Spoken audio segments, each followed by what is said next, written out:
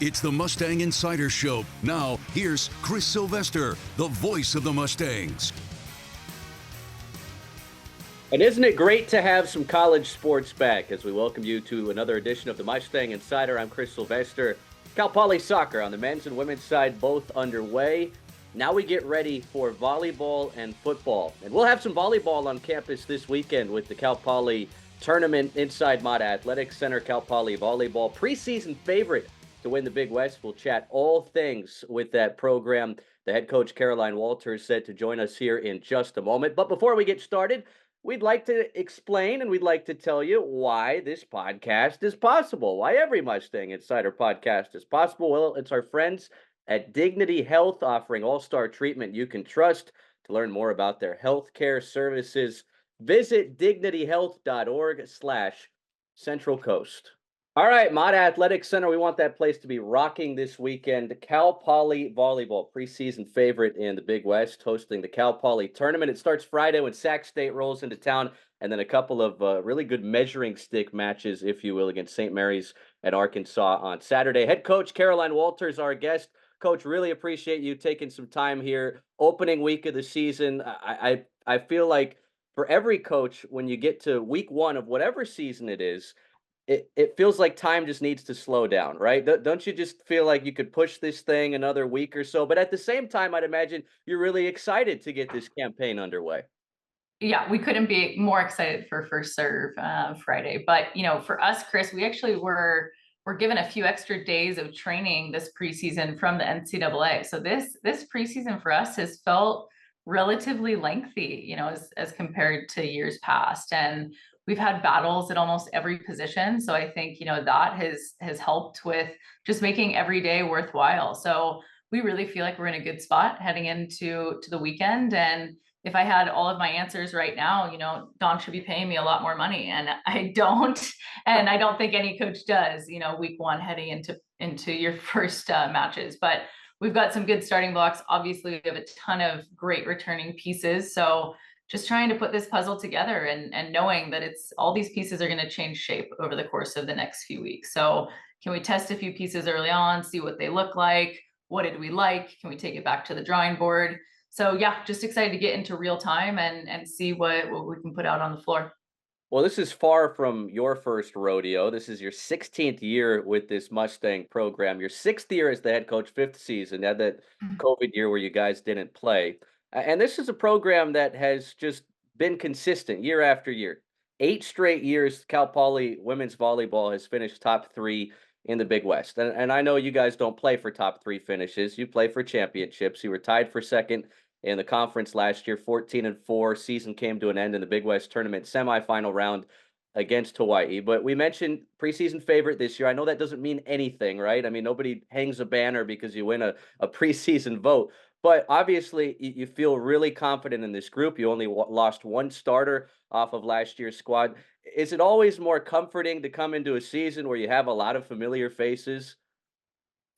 I think it is. It's been a while for us really since we had, a big group of new kids come in and need to use them right away. And I think it speaks just to the way we recruit, and the depth that we want to have at each position. And a lot of these kids, by the time they're juniors and seniors, have redshirted and they've been in our program a long time and they understand our systems. And for us, more than familiar faces, it's that these kids truly know what we're trying to do offensively, defensively. They've helped bring the freshmen along. We got to go to Europe in June and we got to train our incoming kids and take 10 days over there playing in matches. So I think just integrating them, in that way really, really helps set their summer up for just a really, really good push to continue meshing. And I've seen that this preseason. But yeah, when you return, a lot of your passers, when you return to starting outsides, obviously a lot of good pieces in our setter and middles. And we added, though, a really, really exciting recruiting class with a top 25 overall kid and then just a few other really interesting pieces that have been fun to play with. So it's been a really cool mix of like these returners and then these new kids that really have come in and not skipped a beat thanks to that Europe trip, which was amazing. Yeah, I'm happy you brought it up because I think you hear so much in the summertime about college basketball foreign tours. I know Cal Poly, they've been on a few in hoops over the last decade or so, but you guys getting that experience not only to get some time out on the floor together, but just some bonding time and such a unique place. Like, take me through what that experience was like for you and for your team. Yeah, we started planning this over a year ago, and we knew we'd have this senior laden team with some really bright shining stars to come in, and integrating them into the group was priority number one. So getting them here, I think we left June 17th. So, they were here a few days early. We got 3 days of practice with the whole group. We flew into Slovenia. We had a 9-hour delay in Frankfurt. So, I got to see everyone's responses to that. And really, that was the other piece of this. It's like, let's travel, let's watch, how you guys respond to delays. How do we respond to eating the food of another country that's buffet style, and they might not have, what I'm wanting for my pregame meal. So it was just cool to see them experience all the different cultures, to watch them sightsee together and just create some really memorable off the court memories. And then it was fun to just test our talent against some very talented, U18, U22, some semi-pro teams. So yeah, we went from Slovenia, we stopped in Croatia for a little bit, and then ended in Italy. And it was worth every penny we fundraised. We're planning our next one for 4 years out already. It was incredible. It's amazing. Caroline Walters with us here on Mustang Insider as the Cal Poly volleyball season will begin this weekend inside Mott Athletic Center with the Cal Poly tournament. So you've had time to reflect on that foreign tour. Obviously, you've had even more time to reflect on the year that was last year. And you guys kind of garnered the nickname of the Cardiac Mustangs because you guys showed so much resilience in a lot of come from behind victories. I can't tell you how many times I was at a football game or traveling somewhere. I checked my phone and I saw you guys were down 2-0. And after the first few comebacks, I was like, down 2-0. That's right where they want them. And I know it's a lot easier as a head coach to just, get up 2-0 on somebody and close it out in 3 or 4 sets. But as you've had, months, 9 months now to reflect on 2023, what did you like about that squad? What did you like about last season? And what do you kind of hope takes a big leap for your squad this year to get over the hump?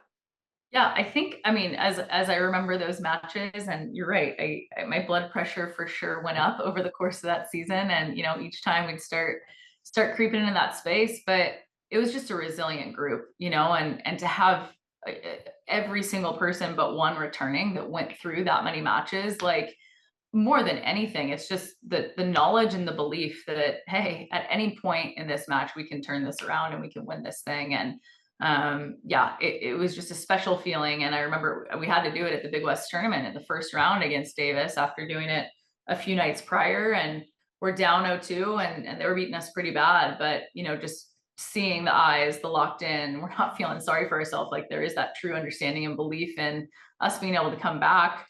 It was incredible. And hopefully, though, knowing, that we want to apply a little bit more pressure early on. And I think that we have the consistency and the pieces to do that, hopefully a little more regularly this year. I think the other thing too, though, that it shows you is, hey, this match is never ever isn't over when you're up 2-0, So we're like, I think it's, you see both sides of that coin when you're able to do it that many times. And amongst just our finish in the Big West, we finished with a 20-win season.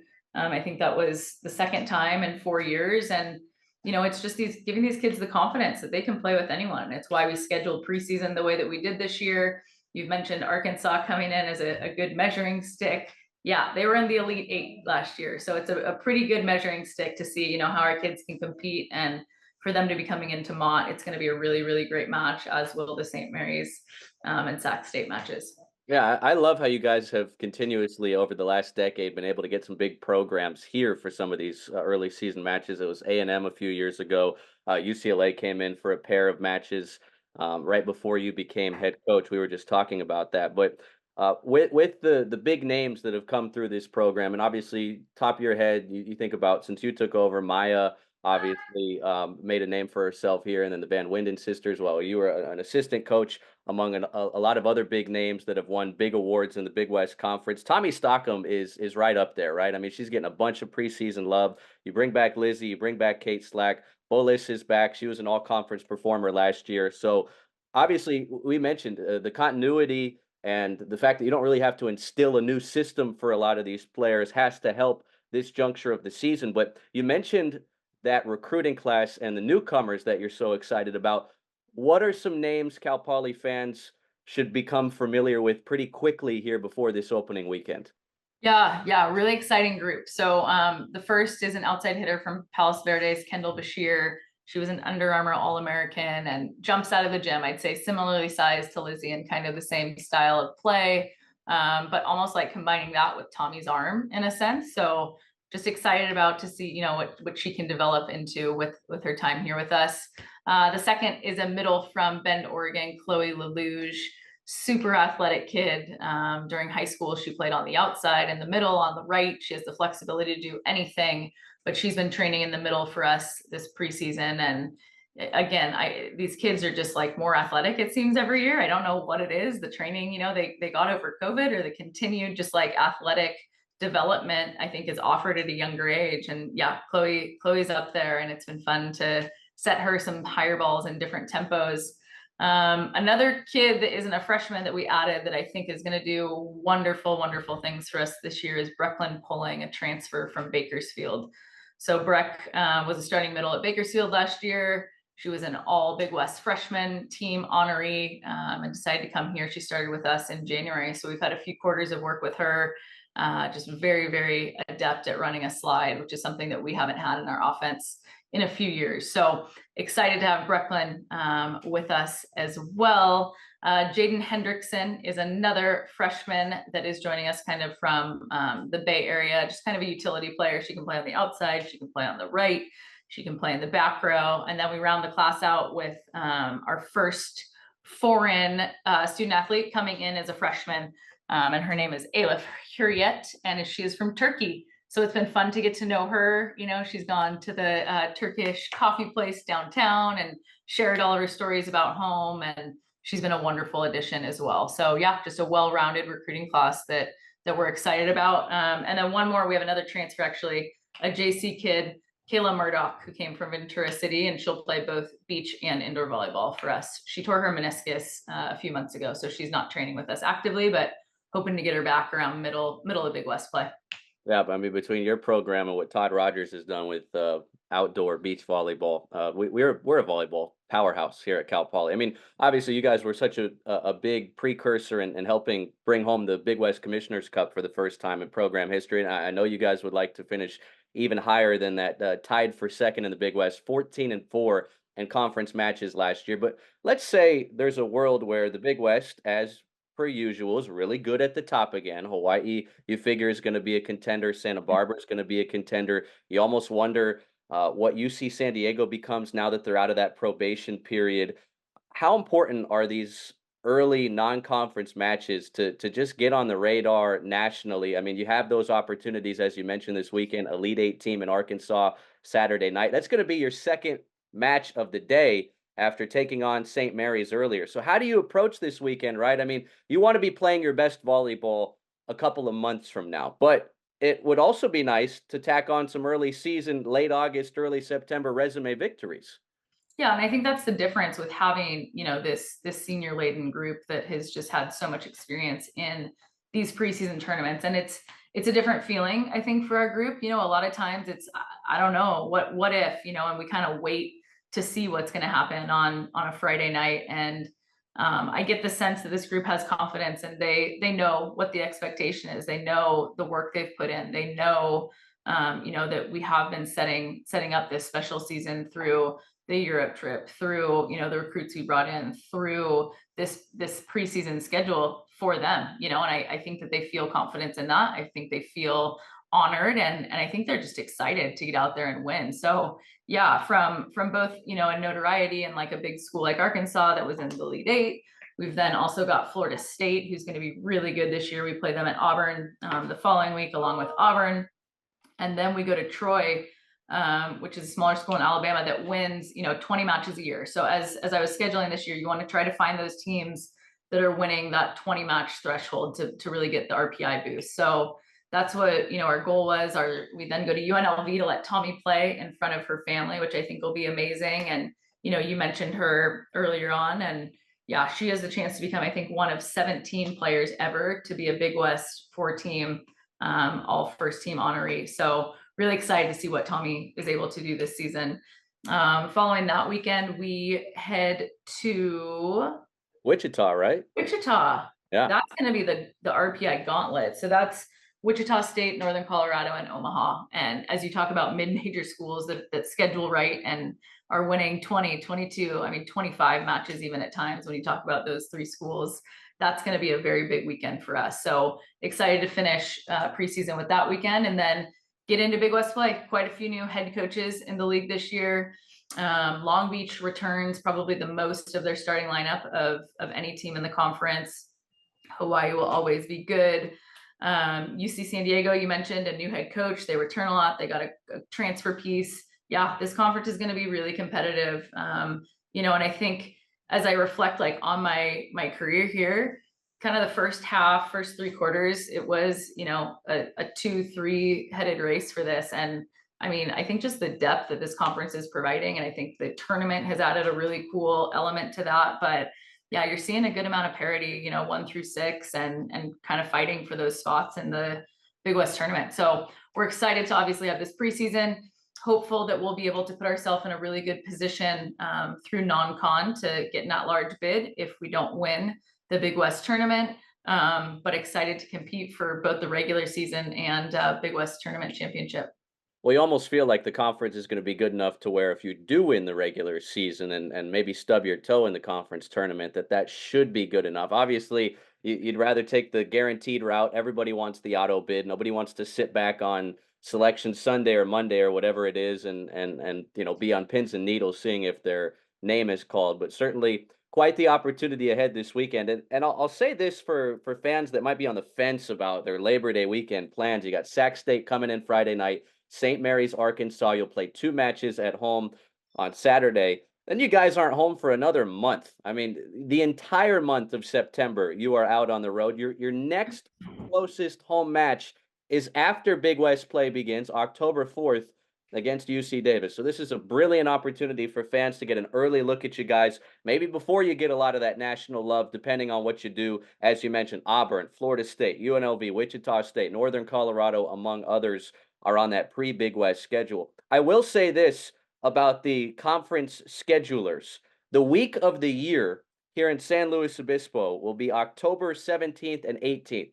And I don't know what you did to deserve this, but back-to-back nights, you get Santa Barbara and Hawaii here. Now, if you want to get this place hyped for volleyball, that's awesome. But you're looking at 2 of the top competitors for the top of the Big West standings in your house back-to-back nights. I mean, come on, man. Like, can we spread that out a little bit? Like that Santa Barbara match, home or away, it's always emotional. Then you got to turn around and play Hawaii the next night. Like, come on.